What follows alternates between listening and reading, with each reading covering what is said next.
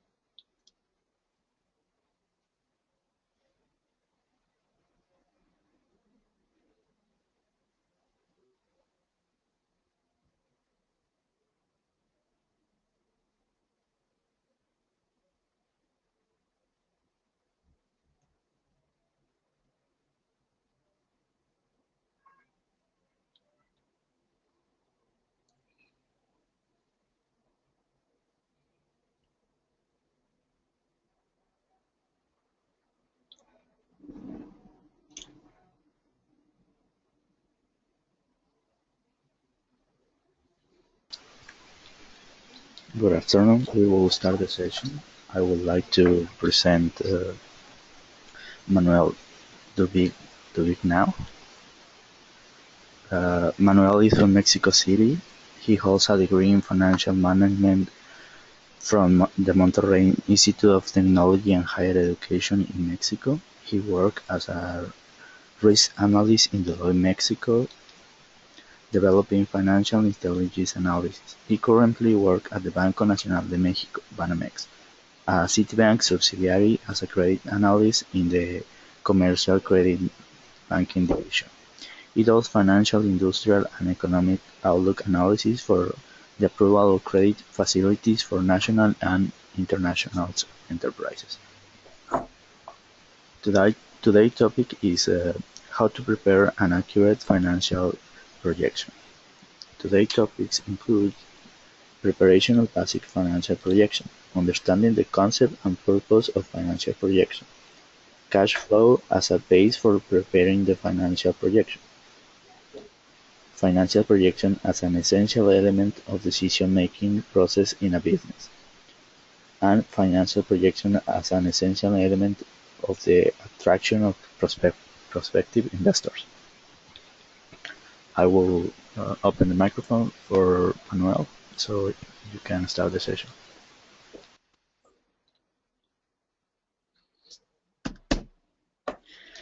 Thank you very much for the introduction. So, how to prepare a financial projection? First, we need to start by asking ourselves, what is a financial projection?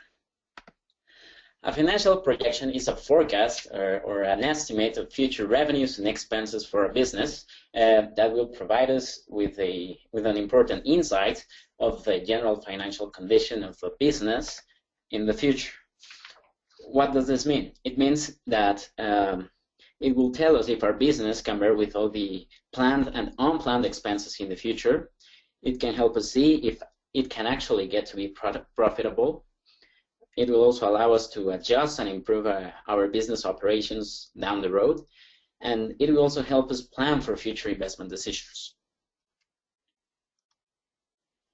In general terms, to prepare a financial projection, there are some important things you need to consider. First, you need to consider revenues, costs, and expenses. For a firm that is already on operation, you can estimate this by utilizing historical data from previous periods, for past years, from past months. It will help us get an idea of how it can be, of how the firm can operate in the future. For firms that have not started, or for other firms that are trying to introduce new products into the market, we can draw estimates based on market surveys and industry or business proxies, meaning that we can turn into similar businesses to see how they operate and more or less how do they behave financially during a specific period of time. Another important thing to consider are market conditions. Market conditions consider everything from competition, from other businesses, perhaps. It can also we can also talk about our costs. If we need to buy something to produce one of our products, how are the prices of those specific materials? All those things are pretty important when making a financial projection. For another part, and very importantly, we need to consider different scenarios. We need to consider one scenario when things go exactly as planned, and when we hit our sales expectations, when we have no, or at least not so many inconveniences, and also we need to consider other scenario when things perhaps turn a little difficult. It is very important so that we can get a more objective idea of how the business might behave in the future. So, why to prepare a financial projection?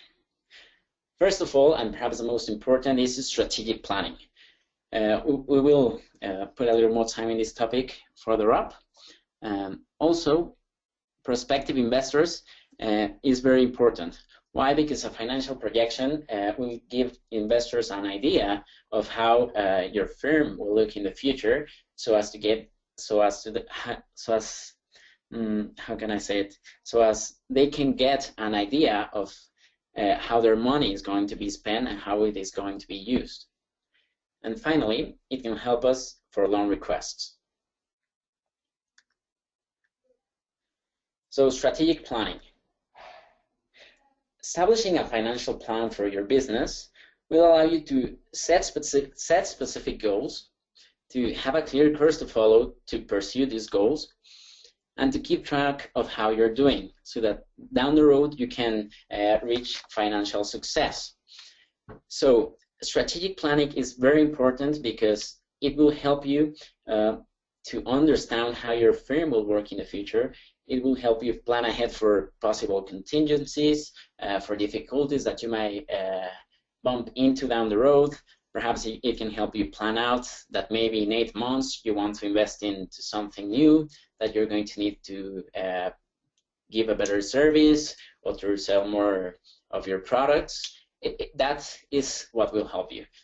A financial projection most probably won't come to be as it is laid out in the future.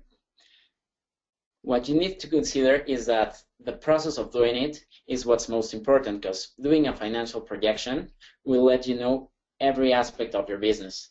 Will let you know what prices you're going to, on what prices are you going to set your products, what is the cost of your products, and that's what's most important about the financial projection and strategic planning. So as we can see, a financial projection is all about strategic planning. Because in this way, with the financial projection, we can get a general idea of how are going to be our sales in the future, what can we do with this money that proceeds from sales.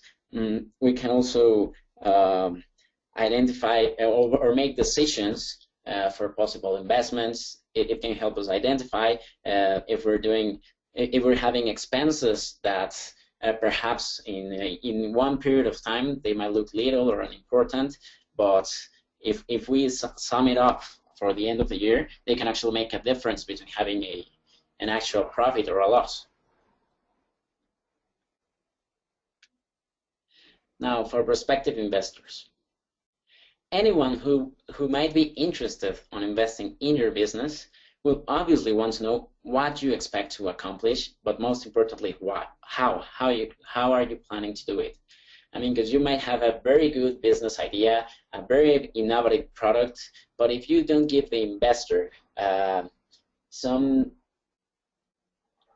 good foundations of how you're trying to do it on both sides of the business, in the idea and also in the financial part, which obviously includes an outlook of the business expected financial standing in the future.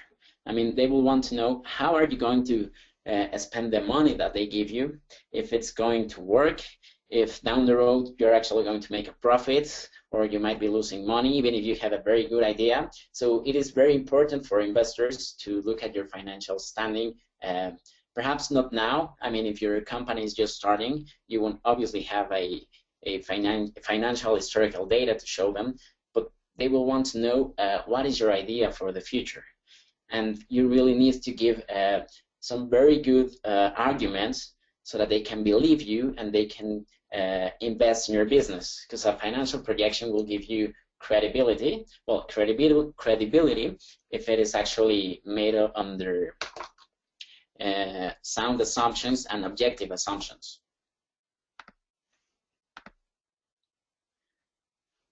So few investors would actually think of risking their money if you don't have a clear business plan, let alone if you don't provide a reasonable insight on how their money will be used. Think about it the other way around. Imagine you have some money and you want to invest in something, invest in a business. Well, you really risk your money if you don't get a general idea of how it's going to work, if you're going to get a return, because investors are looking to invest their money to actually get a return. Most investors will know that for startup businesses, you will get a return maybe in the first 1, 2, or 3 years. They will know this, but they will want to know if you can actually get to make some profit in the future, if it's going to be sustainable the way you are doing business, and if it's actually worth it. Because I say it again, even though you might have a very good idea, a very innovative product, if you can give solid arguments of how your financials are going to sustain this idea, then it is going to be very difficult for an investor to support your idea with their money.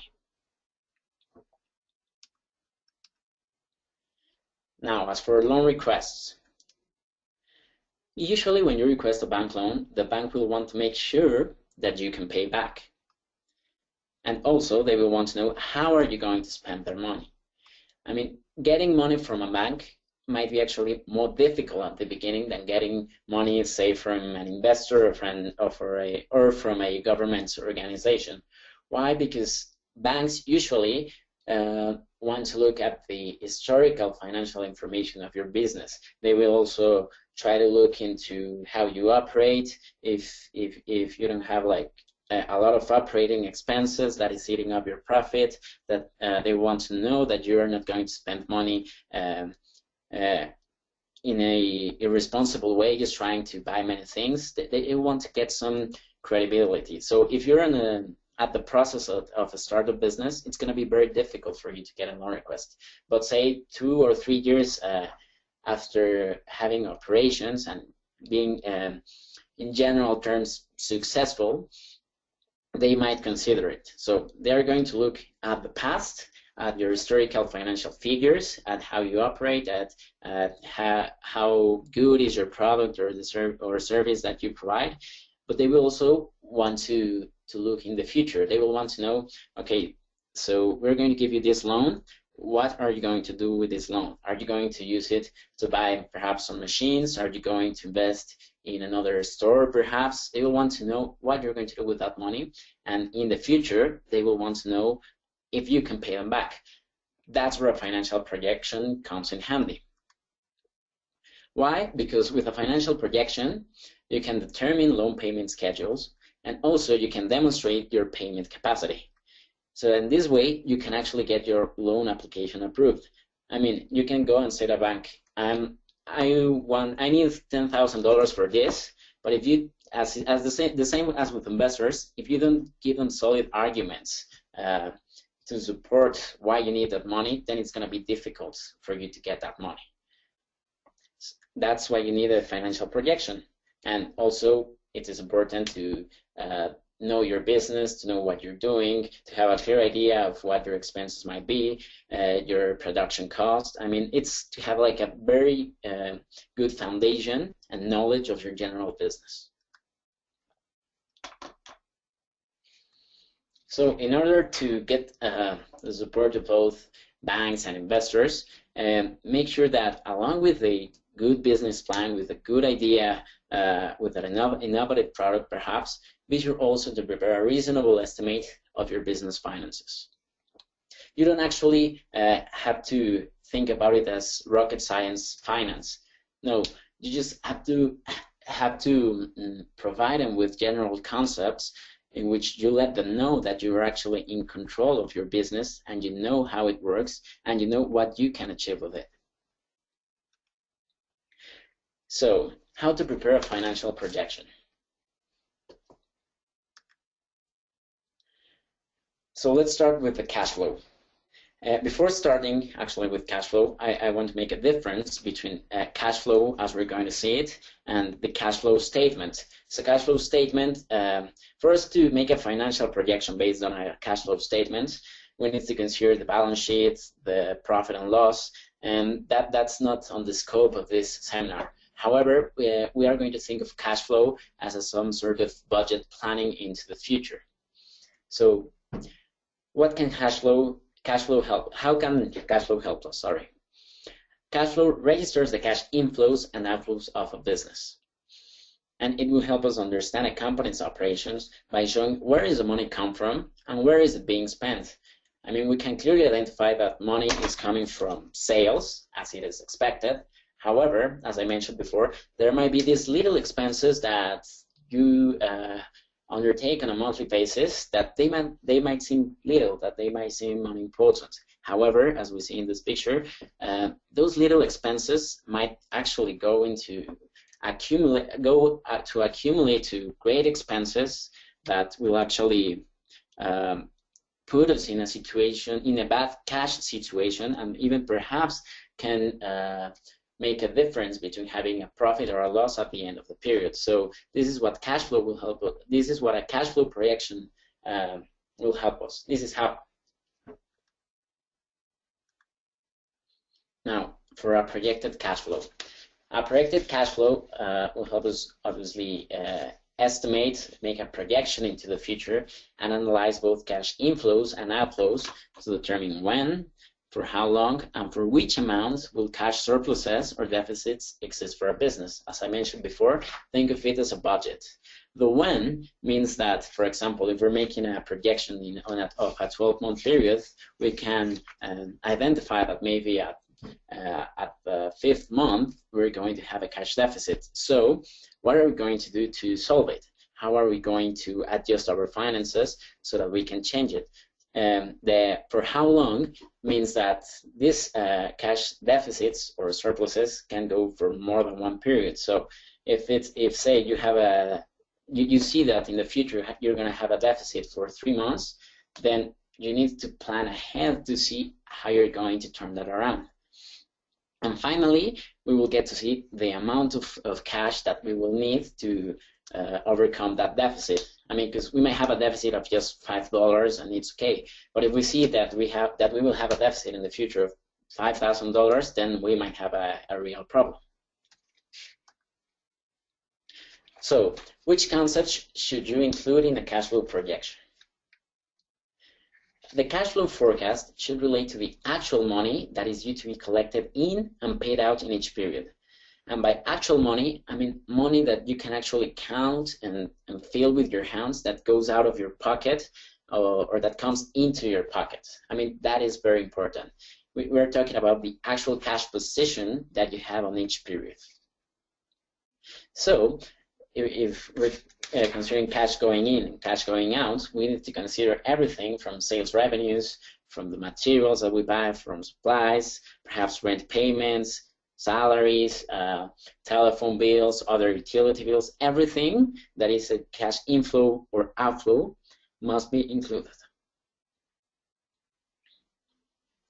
Now, how should we start preparing our financial projection? First, we need to determine the time periods to be forecasted. Generally, for a starting business, we need to consider a monthly projection, and further into the future, we might want to consider a yearly projection. We're going to talk about this later. Secondly, we need to identify fixed costs, but costs that will remain constant over our operations regardless of anything else. We also need to analyze the assumptions that we will use for sales, for our cost of goods sold and other expenses. And finally, we need to determine at least 2 different scenarios so that we can get a more objective approach to our financial projection. So what time period should be covered? As I mentioned before, at least a 12-month period for small businesses.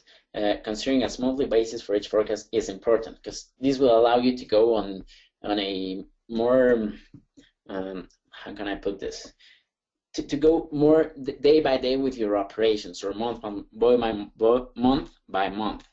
Because if you're starting a business, you want to get to really know your business, to understand how your expenses work, to maybe analyze that. I don't know, maybe in July you sent more, or maybe in December you sell more. Those kinds of things are very important for starting businesses. For a business that already has a historical financial information, let's say that a business that has operated for 1, 2 to 3 years, you might want to consider a yearly basis, because at that time you should probably have a better idea of how your business will work both by month, so you can actually make a projection for a whole year. So fixed expenses. As I mentioned before, fixed expenses are those that will remain constant regardless of anything else.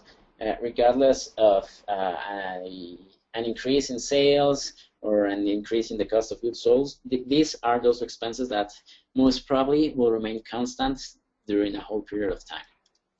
These fixed expenses include rent, salaries, utility bills, marketing. Here in marketing, sometimes, in spite of being fixed expenses, there might be times when marketing bills might account for more, perhaps because you're giving a special promotion, or perhaps because you're trying to introduce a new product. So you might want to consider that. But in general, these are examples of expenses that might remain constant in the future. Now, basic assumptions. The assumptions that you make for a financial projection are like the most important thing to create an objectively analyzed financial projection. Why? Because assumptions will be considered for sales, for your cost of goods sold, for perhaps how good you are going to perform in the year. Things like how much will it cost per unit production are to be considered. How will the customers be ready to pay for it? All this must be like implicitly considered in your assumptions. For example, for sales growth, you can make an assumption based on historical data. I mean, if you have 1 or 2 years operating, you might want to consider how you operated on past years to get an idea of how you might operate in the future, perhaps adding the introduction of a new product. For another part, we can get a sales growth assumption by making market analysis or surveys to see with the actual customer how are they going to receive our product, and if it's going to make actually a difference in our revenue, or if it's going to be actually something that will detriment us. A sales growth percentage will also have to do with your sales objectives. I mean, with how much you want to, how many products you want to sell in the future, and what are you going to do to sell those products. Another important thing to consider are the cost of goods sold as a percentage of sales. And well, of those cost of goods sold, the most important are the variable costs, which are the costs that change in proportion to the goods or service that you're going to produce or provide. Meaning, let's give an example of a bakery. If you are going to sell more pies, let's say, you're going to sell more pies, but you also have an increase in the cost, in your total cost, because you're going to be producing more. So you really need to have this very accurately pinned down so that you actually know how your variable costs behave in terms of the sales that you make. In these variable costs, we can consider materials, supplies, the cost of labor, perhaps of a production of a certain product. Other expenses that must be considered are, for example, loan payments to get a payment schedule, and also non-recurrent costs, which are expenses, which might come unexpectedly, but that you will need to cover. Now, as for the scenarios, usually with 2 scenarios you will be okay. However, there are 3 different scenarios that you can consider. First, you can consider a neutral scenario when all things are not as or very good or very bad, but just like in a middle ground between being extremely good or extremely bad. There you can get an optimistic scenario, which is a scenario in which you want to. It might be difficult to assess, given that perhaps you want to be very optimistic about how you're going to do in the future, but you must remember not to forget objectivity when doing this, because investors maybe will want to look at how you might actually do in the future, optimistically speaking, but they will also need to look on a stress scenario. How is your business going to behave? Is it going to be able to cope with it? Are you going to need more money? Are you going to make a loss? It is very important to consider both sides of it, so that you can make an objective analysis of how your business might behave in the future. Now, before going further with the presentation, we're going to look at a little template that I prepared for this seminar on how to create a financial projection. Give me 1 second, please.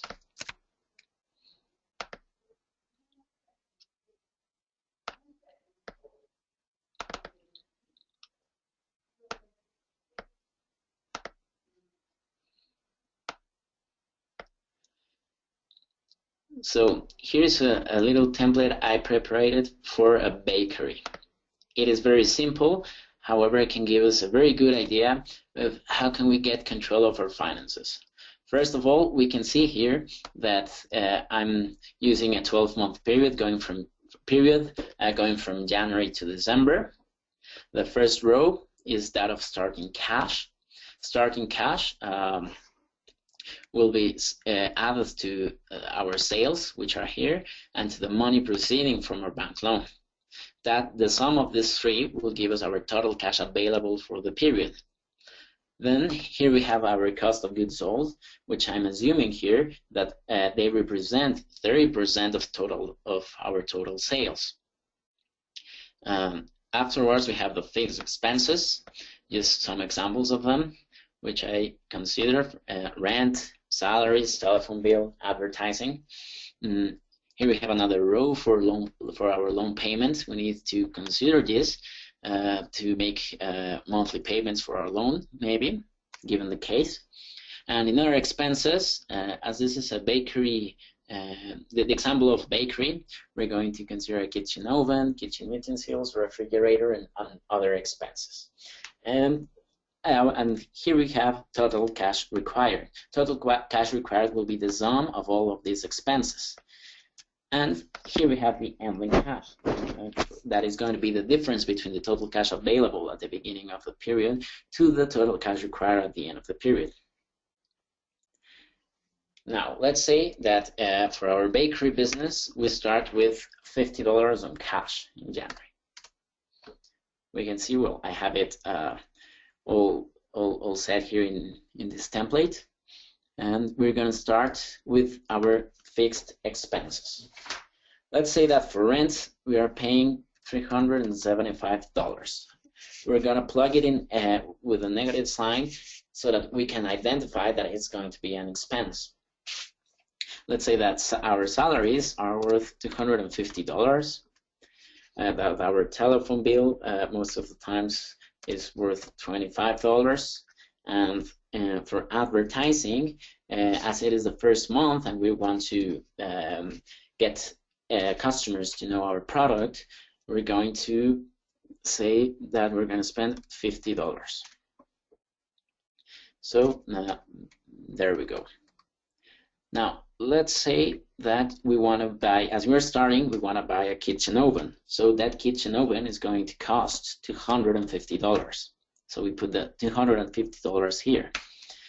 Let's say that our kitchen utensils will cost $50, and our refrigerator is going to cost $500. Sorry. So we see here that our ending cash is negative. However, let's consider this kitchen, the kitchen oven, the utensils, and the refrigerator. These all amount for $800. So most probably we're going to ask for a bank loan worth that exact $800. So as it is going to be cash that's coming into our business, we have $800 to start with here. Now, as we are making, let's say that this bank loan is payable in over a year, then we're going to have 12 monthly payments. 12 monthly payments of exactly $66.67.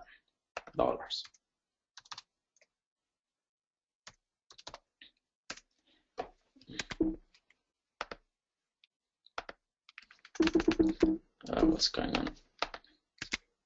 Sorry about that. And now with one of the most important parts of our cash flow projection, we're going to start with our sales. Let's say that as this is our optimistic scenario, we made a market analysis, perhaps we analyzed other bakeries of a similar size, and we come to a sales estimate for January of $1,250. As you can see, here this template already set out all the sales for each month of the year. However, here we need to introduce the first assumption. My first assumption says that sales will grow 7.5% a whole year, meaning that it will grow 0.625% monthly. So that's the reason why you see these sales increase. This percentage, I mean, I just put it as an assumption, but when you do it, it actually has to come from a valid argument, perhaps a similar business, or perhaps your historical data. I mean, you cannot just come up with it. if you can have historical data, as I said before, you can consider a similar business, or you can make a market survey to get an estimate of how many products you're going to sell for each month. And finally, you can here see the cost of goods sold. Here I'm taking the cost of goods sold as a 30% of total sales, meaning that of this $1,250, 30% of it will be cost of goods sold. And as you can see, with an increase in sales for each month, there's also an increase in my cost of goods sold.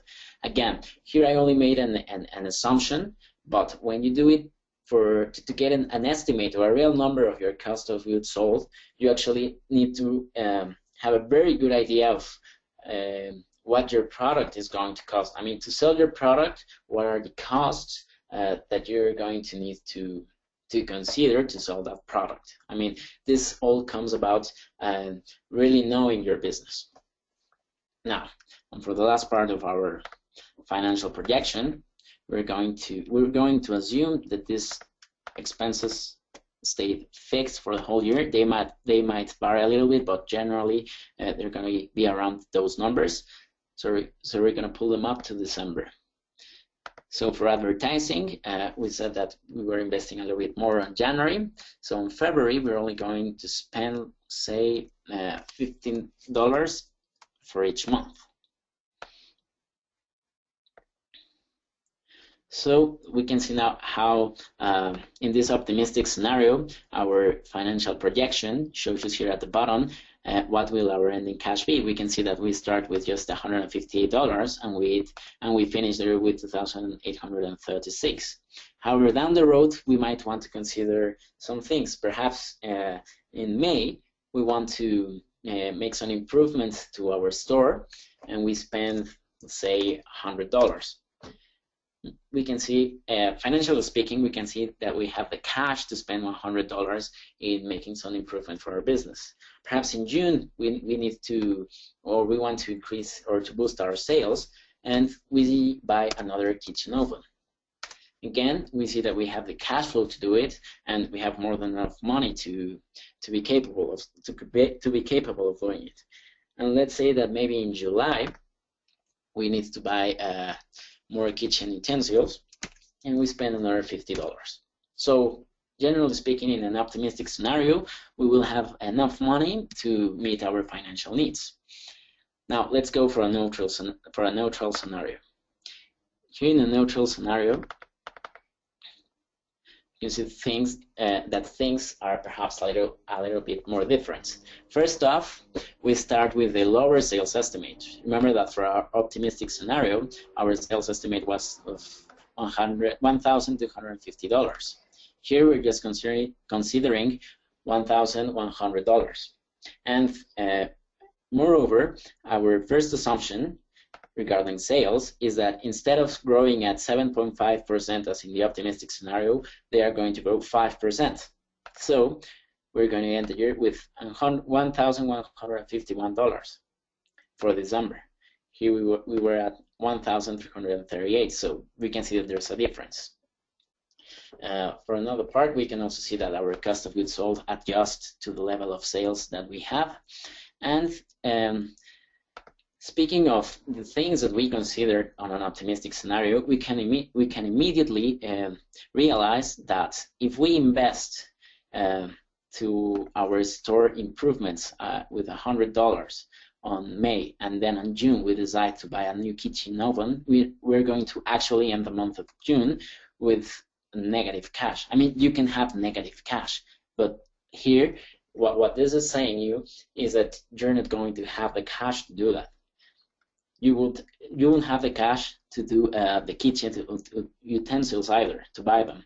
And here I'm considering perhaps $40 of a unexpected repair to our kitchen oven. So here is, this would give us like a very good tool to see what we can do, when and how we can do it. Let's say that maybe we don't buy a new kitchen oven, sorry. We can see that our cash flow can support that. Let's say I do really need that kitchen oven. It is worth $250. So when can I invest on it? Oh, you can see here that in September, you can spend $250 for a kitchen oven.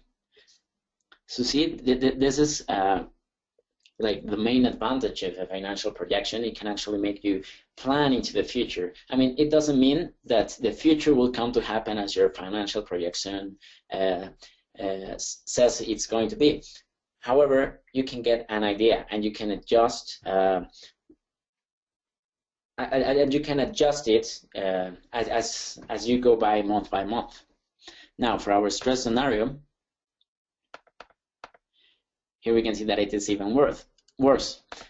For our neutral scenario, we had 1,100 on sales, and we're assuming that we're not going to hit that, but we're going to hit 1,050 on sales. And here, our sales growth will not be of 5%. It will be of 2.5%. So at the end of the year, we're going to sell 1,074 on sales. So we can hear that. We can see here that if we try to invest on improving our business with $100 here, or buying a new kitchen oven, our kitchen utensils, having to make a payment for an unexpected repair, we're not going to have the money to do it, and that at the end of the year, we're going to have a negative cash flow of $338. So we're going to need to be more conservative here. So we're going to take this away, and see. You see, in a stress scenario, our business is going to live, but we're not going to be able to buy a new kitchen oven, to make an investment in different things. So as you see with these three different scenarios, you can get an idea of how will your business, of your business capabilities on their different circumstances. And this is very important for an investor. I mean, because you might want to sell an investor your best scenario. However, they most probably are going to try to be more conservative, and they will want to know how things will look when they go bad.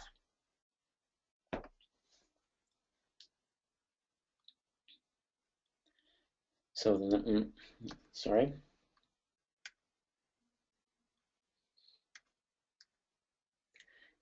Now, after doing this little exercise of a financial projection, you might think that creating a cash flow financial projection might feel like taking a wild guess into the future, perhaps because you're making a lot of assumptions that you know that they might not come to happen, perhaps because your business is new and you don't have like all the information that you would want to make a more objective analysis. Perhaps there are other unexpected circumstances. Of course, for a financial projection, I mean, you might want to consider a lot of other things. However, you must think of it as a tool to help you understand your business, to help you plan in advance, to help you have an idea, so that you can set your goals in advance, and then so that you can be successful at aiming for those goals, and that down the road, year by year, you can make improvements to your business. You can analyze where are you spending more money than you should, where you can improve, how can you achieve operational efficiency. And that's what that's the thing that will give you a financial projection. I mean, you need to bear in mind that the end results are most of the time less important than the actual process of doing it. They're less important because, as I mentioned before, they most probably not come to happen in that specific way. But what's important about doing a financial projection is that to do it, you must have had a thorough analysis of your business. You need to get to really know your business down to the bottom from every aspect. I mean, from the product that you sell, from the supplies that you buy, for the packages perhaps in which you sell your product. I mean, that's what gives you a financial projection. it will let you know your business, to plan ahead, to also have a good argument when asking a bank loan, or to really sell a good idea to a prospective investor. So in conclusion, why is it important to prepare a financial projection? We can say it both in two different ways.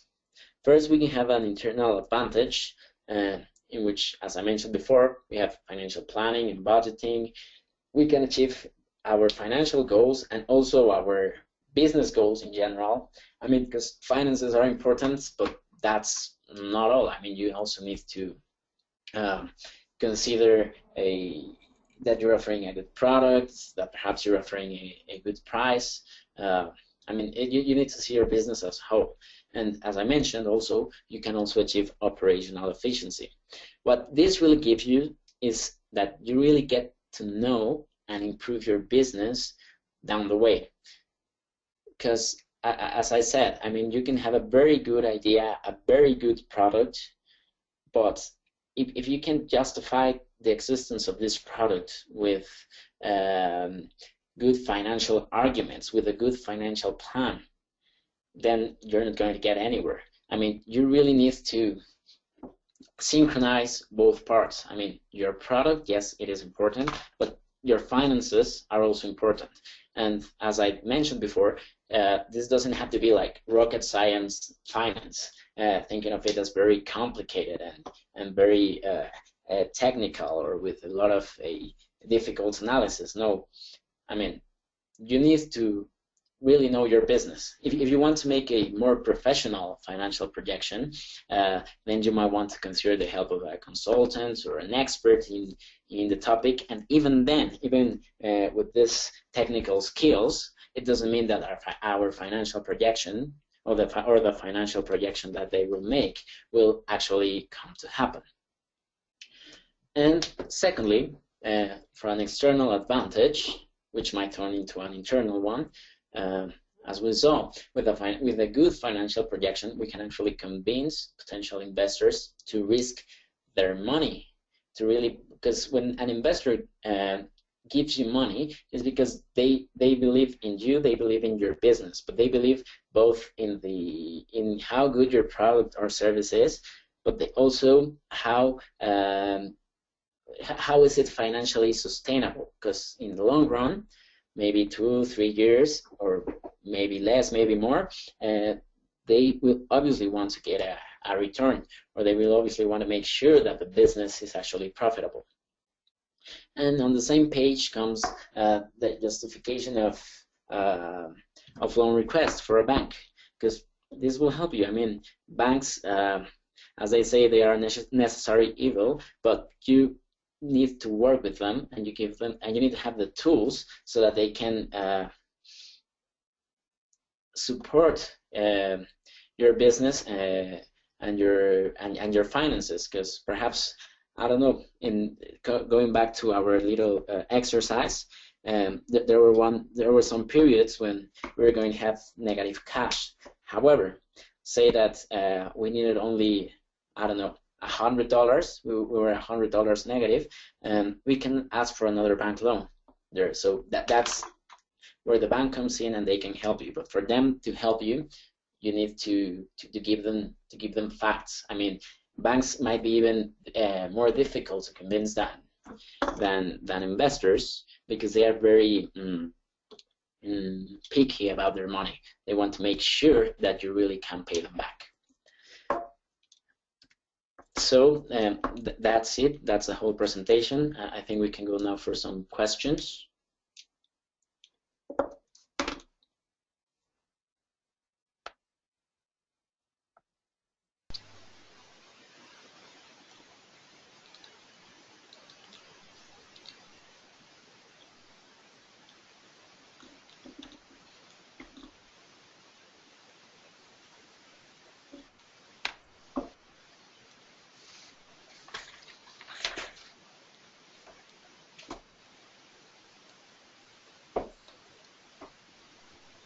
Are there any questions?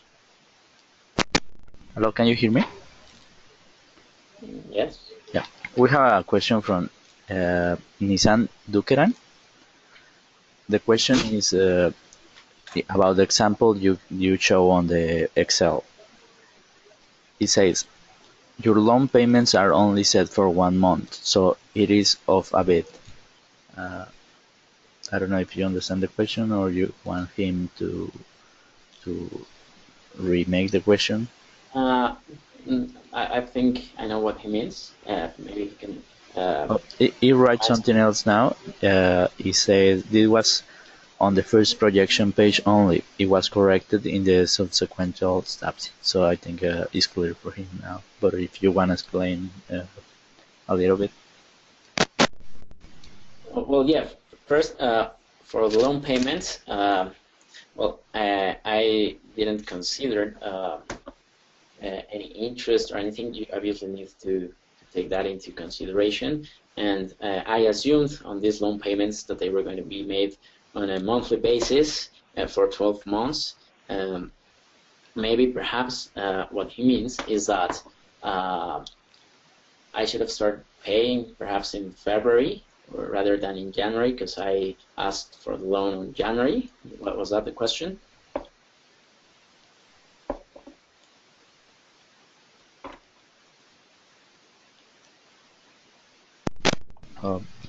We He say that if you can show the Excel one more time. Sure.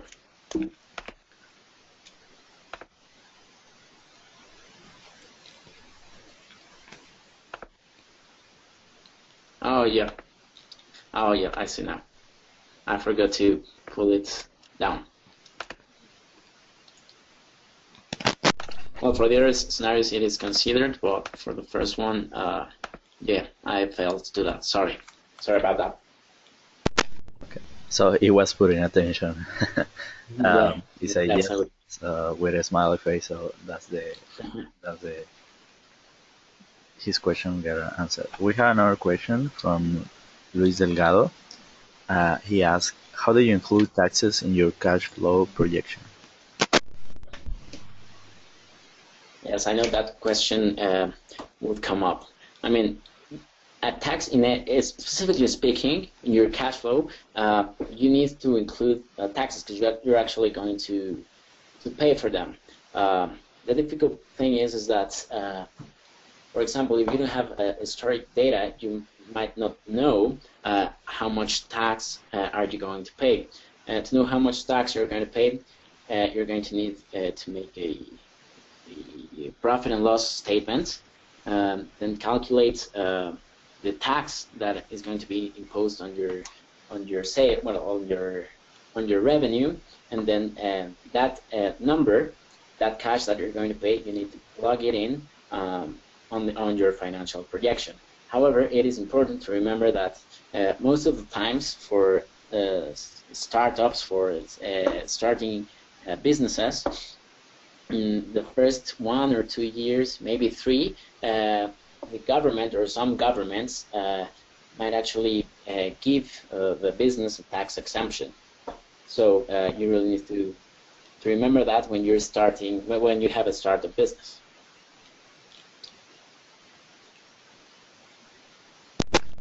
Okay, thank you for your reply. We have a comment from Nissan Dukran. He says that if you can share the template or where he can download it. Yes, of course. We can share the template. I think it will be made available in the future in the website. So yeah, there's no problem with that. We can also send it by email to everyone who register and participate in this webinar. So yeah, we will be contacting you, I guess, this weekend with the video of the session and with the template.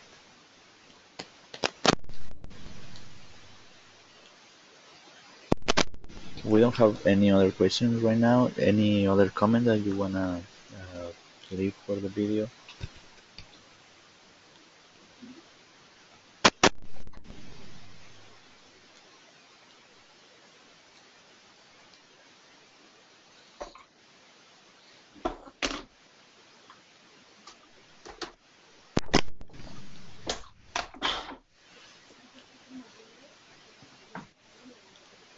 I think we are done. There is no more questions. Any comment from your side, Manuel? Well, thank you for allowing me to give this seminar, and if there's anything I can help anyone with any financial question or doubts, I'll be more than happy to help. I think that the website has my email. If not, I don't know if we can upload it or. Yes, if you want, you can show it right now or type it somewhere, or in the chat you can put it so everyone has has your email. Here's my email.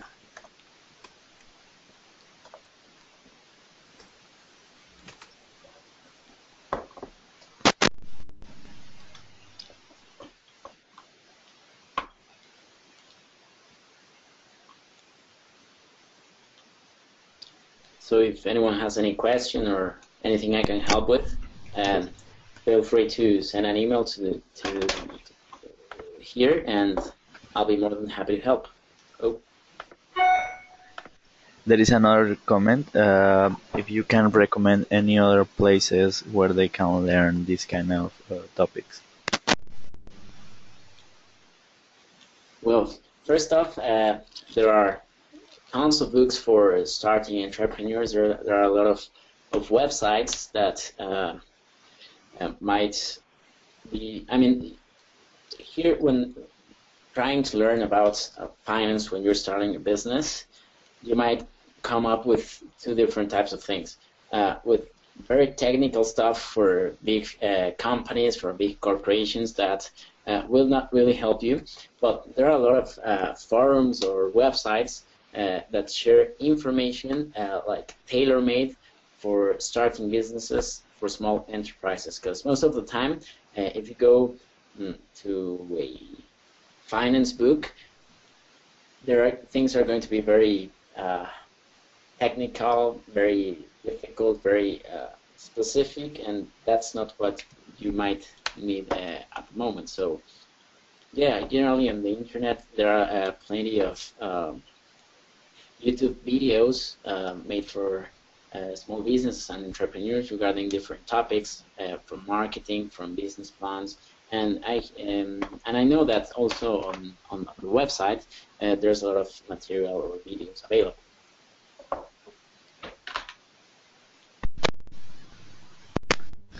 Okay, I think that's all the comments we have right now. So we will be closing the session. Thank you everyone for joining us. We will upload the video and send it to you by email. And we hope to get any feedback from your side. If you want more tutorials like this, more trainings, let us know. Thank you very much, Manuel. We will. We are really thank you. Thank you. Have a nice day. Bye.